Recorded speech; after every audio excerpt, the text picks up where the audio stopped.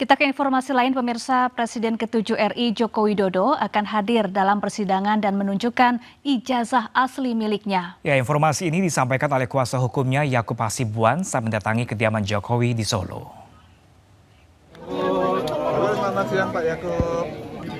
Yakub menyampaikan pertemuannya dengan Jokowi membicarakan kasus dugaan pencemaran nama baik yang dilaporkan Jokowi di Polda Metro Jaya. Ia mengaku belum mengetahui kapan persidangan akan dilakukan. Namun dirinya optimis sidang akan segera digelar karena berkas sudah lengkap. Yakub menegaskan Jokowi akan hadir dalam sidang dan menunjukkan semua ijazah miliknya.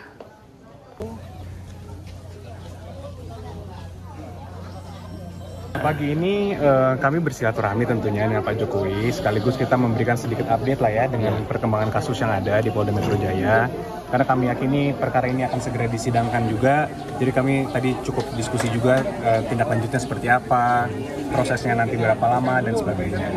Tapi yang jelas tadi juga kami konfirmasi lagi, walaupun kami sudah tahu sebenarnya ini, tapi kami konfirmasi lagi ke Pak Jokowi, Pak, nanti kehadiran Bapak di sidang akan seperti apa, dan beliau tegaskan bahwa nanti saya akan hadir di persidangan dan menunjukkan ijazahnya. Jadi itu hal-hal yang mungkin kalau selama ini masih dipertanyakan oleh berbagai pihak mengenai Pak Jokowi nggak akan hadir, ijazahnya tidak akan tunjukkan. Itu tidak benar dan kami tegaskan Pak Jokowi akan hadir nanti di persidangan dan menunjukkan ijazahnya.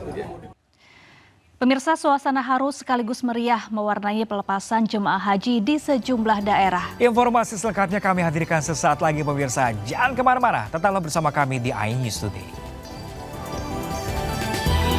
Sapu-sapu yang telah dipisahkan akan dijual kepada seorang pengepul di Cikarang, Jawa Barat seharga Rp15.000 per kilogram untuk dijadikan olahan makanan seperti siomay dan otak-otak.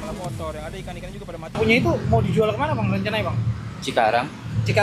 Ya. Itu udah ada yang ngepulnya atau gimana Bang? Ada. Udah ada nggak Bang? Jadi Abang tinggal nyari doang? Iya. Bisa berapa banyak Bang? Tergantung Pak, kadang ada 30, 40. Anggota merasa aneh terhadap keberadaan 5 orang yang ada di Kali Ciliwung, tepatnya di depan Sekolah Santa Ursula. Anggota kami mendatangi dan melihat ternyata mereka sedang melakukan penyiangan, pembersihan terhadap hasil tangkapan mereka berupa ikan sapu-sapu. Nah, setelah kami perhatikan ternyata bangkai daripada ikan sapu-sapu itu kulitnya dibuang kembali ke sungai. Dari lokasi petugas mendapati sekitar 100 kg ikan sapu-sapu. Pemprov Jakarta saat ini tengah gencar memberantas ikan sapu-sapu di sejumlah sungai. Selain merusak ekosistem air dan tanggul, ikan sapu-sapu mengandung logam yang cukup tinggi sehingga berbahaya jika dikonsumsi. Dari Jakarta, Rani Sanjaya, iNews melaporkan. Ya pemirsa, selama 3 bulan tidak diangkut, gunungan sampah menghiasi jalan sepanjang Makam Caringin, Kota Bandung, Jawa Barat. Ya, sampah meluber menutup badan jalan dan mengeluarkan bau menyengat.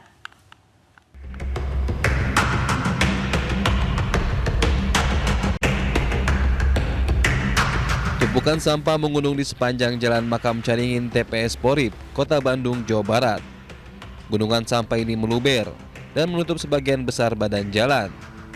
Selain menimbulkan bau menyengat, cairan limbah dari sampah kerap mengalir ke jalan dan membahayakan pengguna jalan terutama saat hujan. Kondisi ini terjadi sejak sebelum Lebaran dan hingga kini masih belum ada penanganan dari pemerintah setempat. Penumpukan akibat tingginya volume sampah dan pembatasan kuota pembuangan ke TPA Sarimukti. Alasan dari pihak DLH, jadi itu kita kuota untuk di Sarimuktinya terbatas. Itu. Jadi untuk masalah kuota juga kita kan selaku pengurus RW juga nggak bisa apa-apa Pak, hanya bisa laporan saja begitu. Selain di TPS Porib, gunungan sampah juga terlihat di beberapa lokasi lain, seperti TPA Sukahaji dan kawasan Mikomol. Warga berharap pemerintah segera mengambil tindakan untuk mengurangi darurat sampah di Kota Bandung. Dari Bandung, Jawa Barat, Billy Mawana Finkran, iNews melaporkan. Pemirsa, stok minyak goreng subsidi di sejumlah pasar tradisional di sejumlah daerah mulai menipis. Ya, sementara Menteri Koordinator Bidang Pangan Zulkifli Hasan ungkapkan lonjakan harga minyak kita di pasaran dipicu tersedotnya pasokan ke program bantuan pangan dalam 2 bulan terakhir ini.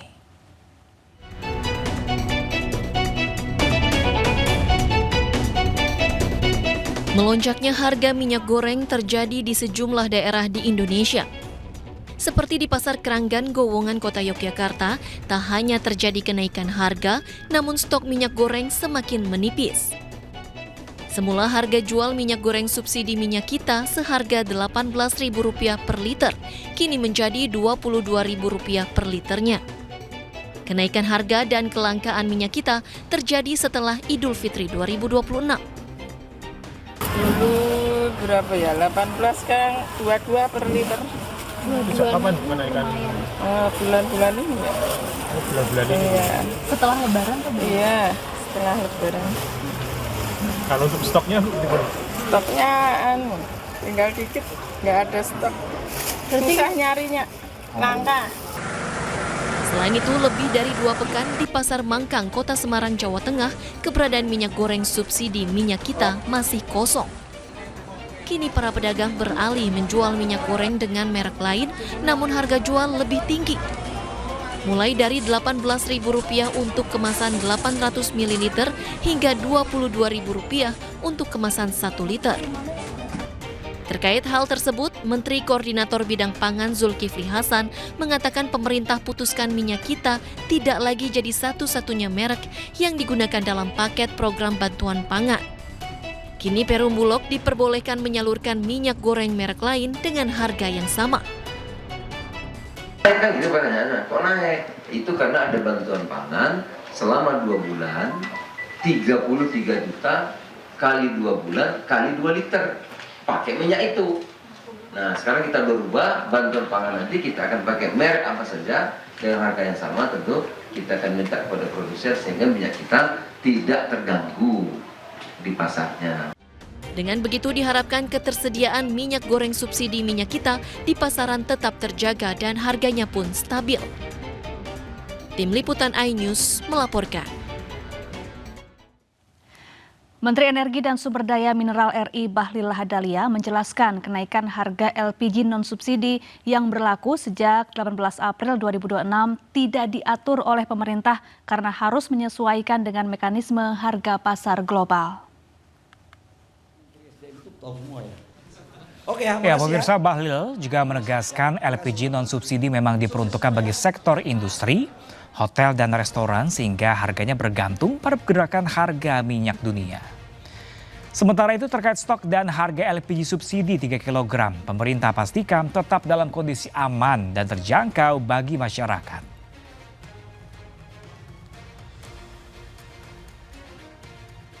Sementara yang di atas 3 kg itu adalah LPG yang tidak disubsidi. Nah, khusus untuk LPG yang disubsidi, stok kita di atas standar minimum nasional dan harganya tidak ada kenaikan. Flat sama dengan harga bensin RON 90 dan harga solar CN 48. Nah, kenapa harganya naik?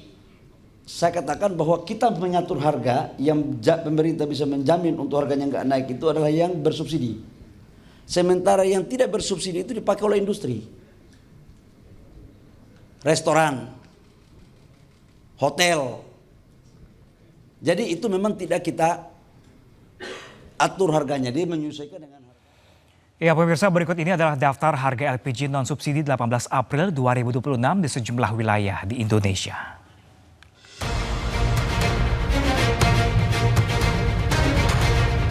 Untuk wilayah Aceh, LPG ukuran tabung 5,5 kg dibanderol seharga Rp111.000, sementara tabung 12 kg seharga Rp230.000.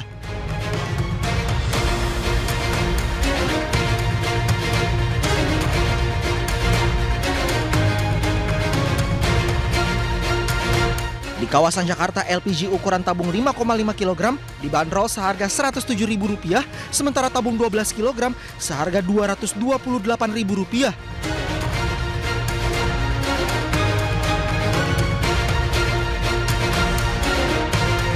Lalu di daerah Kalimantan Timur, LPG ukuran tabung 5,5 kg dibanderol seharga Rp114.000, sementara tabung 12 kg seharga Rp238.000.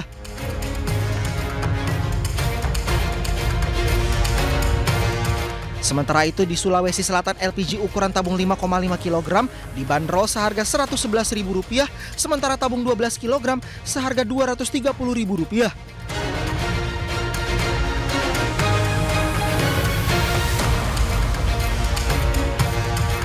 Di Bali, LPG ukuran tabung 5,5 kg dibanderol seharga Rp107.000, sementara tabung 12 kg seharga Rp228.000.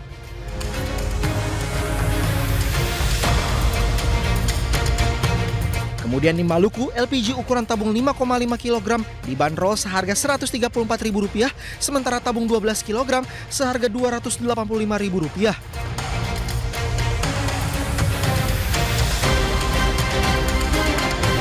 Dan di Papua, LPG ukuran tabung 5,5 kg dibanderol seharga Rp134.000, sementara tabung 12 kg seharga Rp285.000.